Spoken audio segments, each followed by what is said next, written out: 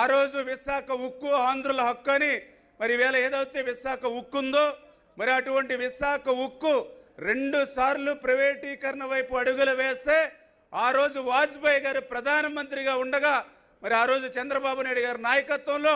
ప్రైవేటీకరణ కాకుండా విశాఖ ఉక్కును కాపాడుకున్నాం. మళ్ళీ ఈరోజు నరేంద్ర మోడీ గారి యొక్క సహకారంతో మళ్ళీ ప్రైవేటీకరణ కాకుండా విశాఖ ఉక్కుని కాపాడుకోగలిగామంటే ఈ రకంగా డబుల్ ఇంజిన్ సర్కార్ యొక్క ఫలితాలు ఒక రైల్వే జోన్ను సాధించుకోవడం కానీ ఇట్లా చెప్పుకుంటూ పోతే ఈ సంవత్సరన్నర కాలంలోనే మరి 14 లక్షల కోట్ల అప్పు నెత్తి మీద ఉన్నటువంటి ఆంధ్రప్రదేశ్ రాష్ట్రం ఈరోజు ఒక ఆర్థిక పరిస్థితి గాడిలో పడుతుంది అని అంటే మరి ఈ రకంగా కేంద్రం ఇచ్చేటువంటి సహాయ సహకారాలకి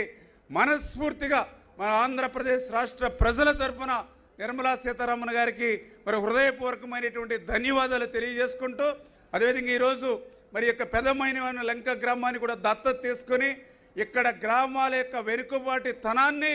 మరి అభివృద్ధి పదంలో నడిపించేటువంటి విధానం పార్లమెంటు స్థాయి వరకు తీసుకెళ్తున్నందుకు కూడా గ్రామీణ ప్రాంతాలకు సంబంధించిన వ్యక్తులుగా కూడా నిర్మలా సీతారామన్ గారికి మరొక్కసారి మరి ధన్యవాదాలు తెలియజేసుకుంటూ ఈ కార్యక్రమంలో భాగస్వాములు చేసిన మీ అందరికీ మరి ధన్యవాదాలు తెలియజేస్తూ సెలవు తీసుకుంటున్నాం. Thank you.